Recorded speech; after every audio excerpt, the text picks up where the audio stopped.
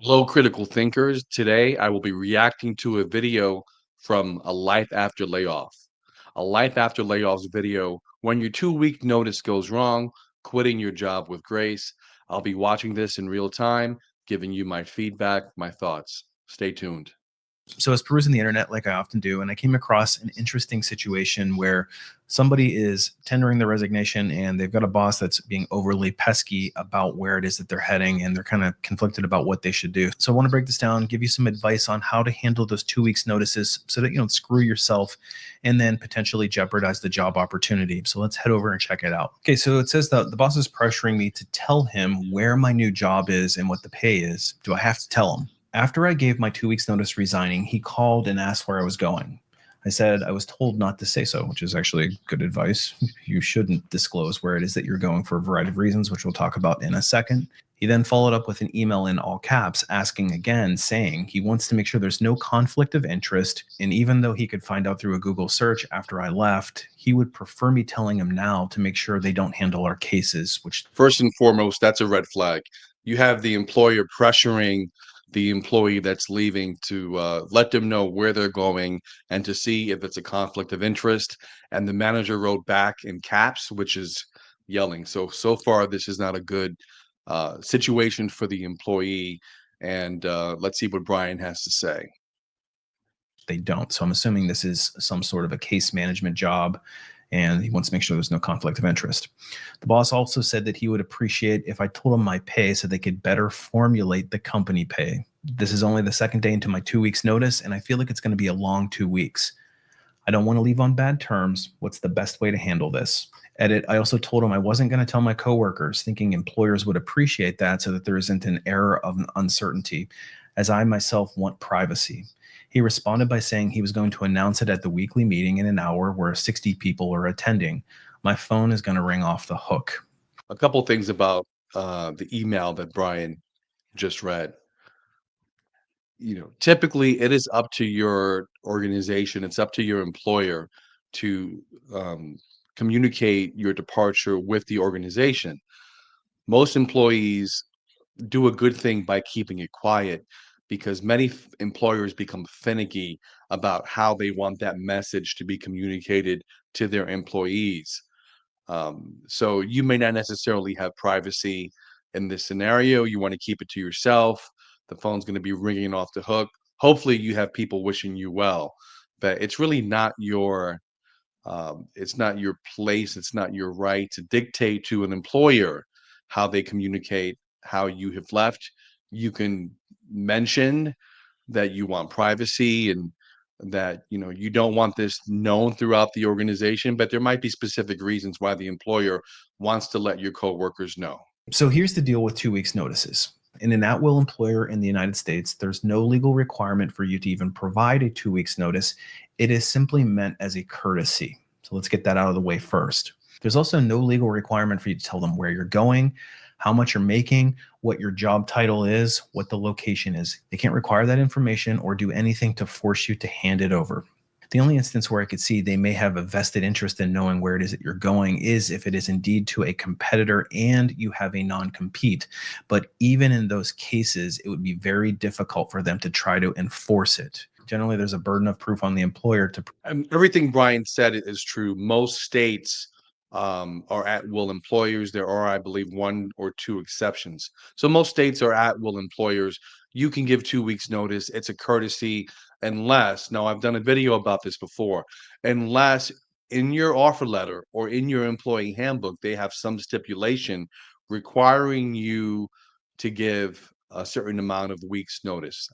I've been involved in that, in which in offer letters I've had to include, if you don't give X number of weeks notice, we have the right to not pay you any unused accrued vacation time. So in most cases, it is at will. But now we're seeing employers, they're creating stipulations in their offer letters, or they're writing these stipulations in their employee handbooks about giving notice. prove that it would be something that would be detrimental to their company. And on positions that aren't very strategic or very senior, it's going to be a hard battle for them to win. And here's the thing, there are some unscrupulous employers and bosses out there who may actually try to torpedo you by going behind the scenes, behind your back, and messing with things. Maybe they know somebody at the company, especially if it's a small industry.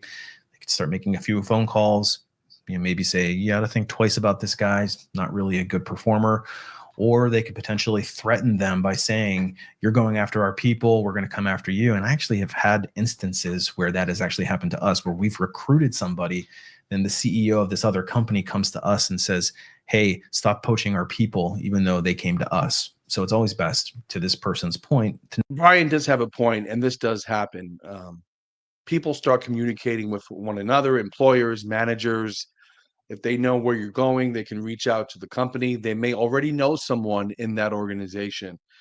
And although I've never seen someone intentionally try to torpedo someone's chances of starting a new role, it is possible, especially if you have a manager who is very ill will toward you, who doesn't want to see you succeed. And that's the reality in the world of work. Not every manager you have is going to be the amazing, coach that you expect to have in the workforce. So in some cases, you do have to be careful. You do have to exercise your right to privacy and not disclose where you are going. never disclose where it is that you're going. I would just keep it professional and above the cuff and just say, I'm leaving for another opportunity that's better in alignment with my career goals. Really appreciate everything you've done here.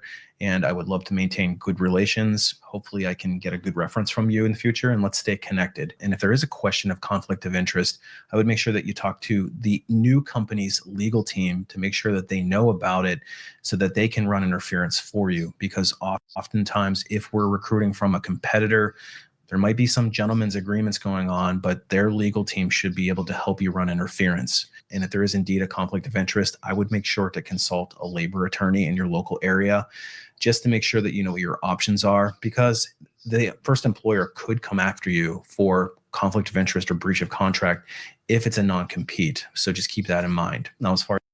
Now, what we find is that most employees don't read their offer letters, they don't read their employee handbooks, and they learn about these conflict of interest potentially after they've given notice. So Bryan has an excellent point. You have to be sure, if you're unsure whether you going to a new organization, a new employer is going to be a conflict of interest, or if you have a non-compete agreement, you should consult with an attorney, or you should, in the very least, go back to that non-compete agreement yourself and read it and see whether there is a potential conflict, whether you'll be in violation of that non-compete agreement.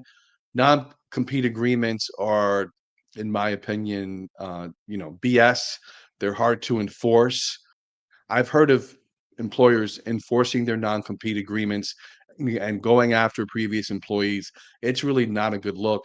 And as an employer, you will develop a reputation of going after your employees, and you really don't want that because it's not going to make um, people want to come into your or step into your culture. As far as disclosing your rate of pay, I absolutely would not offer that. If this person is just trying to get reconnaissance from you and trying to learn what the competitors are doing, you have to just make a decision. For me, it's not worth the risk. I don't want them to know anything about my personal situation. Or they're trying to come at you with a counteroffer, and you know how I feel about accepting counteroffers in general if you've made a decision to leave. But if the boss You have no obligation to tell your current employer how much the new job is paying. You have zero obligation to do that. I would be very cautious sharing that information. It's private. You don't have to necessarily share it with the employer. If you want to, so be it, but you're under no obligation, and I would be very cautious in doing that. boss is becoming overbearing in the 2 weeks, you can firmly but professionally remind them that the 2 weeks notice is a courtesy to them to help get a head start on replacing your role, and that you can leave if you don't feel comfortable. So you can politely but professionally push back and say, I would appreciate it if you honored my wishes and kept this confidential, and please stop asking me where I'm going. Many employees, they are afraid of conflict. They're afraid of directly confronting their manager, And sure, if you feel confident and you have a manager who's pressuring you to giving information, you can politely and firmly state, "Hey, do me a favor, slow down. I do not want to share this information with you. I would like my remaining time in terms of my notice to be pleasant." So that's something that you can say. That Brian is right. You have no obligation to continue with that 2-week notice unless, again, you have an offer letter that specifies that, your employee handbook, and in most cases, the employer is going to be dangling something to make you stay. But understand this, the employer has zero obligation to pay you out those 2 weeks. They can literally tell you to go home the day that you give notice, and if you're dependent upon that income, they have no obligation to pay that to you. If your boss is this upset and pushy about this, they're probably not going to be all that supportive behind the scenes anyway, and you should just read the room there. So hopefully you have a better relationship than that with your boss. But I know, unfortunately, in some cases we don't, and you might have a petty boss. And I want to point out one other quick thing here is when you tender your resignation, oftentimes companies will try to throw more and more work on your plate to try to get it finished. The goal of the 2 weeks notice is to ramp down your work, not take on more work. And so you need to be firm there as well. Remind them that this is their opportunity to offboard and that you won't be taking on any more cases or clients or any more projects. You're going to be finishing up the things that you have, handing over things that need to be handed off, and then you're going to be training potentially a replacement, and that's it. If they push too hard and try to take advantage there, just quit your job, walk off into the sunset, and forget all about them. I don't necessarily agree with. So what Brian said was that if they try to dump work on you, that you shouldn't necessarily do it. Your role at the moment is to be offloading your work to other people. What I would say is if you have a great relationship with that employer, you should take on the responsibilities that they give you. Technically, you're still an employee. They can assign work to you. I think it's not in the best interest of the organization to assign you a new client if you're leaving in 2 weeks or a week. That doesn't make much sense, but you should be trying to finish the work that they give you. I don't think you should be necessarily killing yourself, working 20-hour days or anything like that, but you should be trying to close out the work that they've given you that was previously assigned to you and, finishing on a good note. We're the CEOs of our career. We won't allow somebody else to walk all over us. And in particular, when you're leaving, they don't have a whole lot of leverage. So that's what I would do if I was in my 2 weeks notice and I was faced with an overly intrusive boss. And if you're somebody that's wondering if you should quit your job to begin with, or you're having difficulty navigating office politics effectively, I actually created a good resource. It's called the Ultimate Career Blueprint, which breaks down career strategy. I'm going to give you some closing thoughts about Brian's video. Again, I've done it. I've done a couple videos about this. 2 weeks notice is a courtesy. It is something you don't necessarily have to give, but you do so in order to maintain a good relationship with that employer. Now, if they start to make your life a living hell, that's a different scenario. This is where I think you need to have boundaries, and limitations, and most good relationships have boundaries and limitations. People know when to draw the line, and if you have an employer that is attempting to mistreat you during your last 2 weeks, or they have very unrealistic expectations, you have a right to not be there and to not be treated in that way. Now, one thing you have to take in mind is that if you need the income, that might be a different situation. If you need the income, and you may want to think about just playing peacemaker, trying to end the 2 weeks off on a good note, and hopefully your organization respects you and they appreciate that you've given 2 weeks notice. I've worked in places where people have given 2 weeks notice or given more notice, and the employer is still not appreciative. So just because you do the right thing and you give notice doesn't mean that your employer will. But we cross our fingers and hope that you're working for an employer that respects you and appreciates the work that you've done.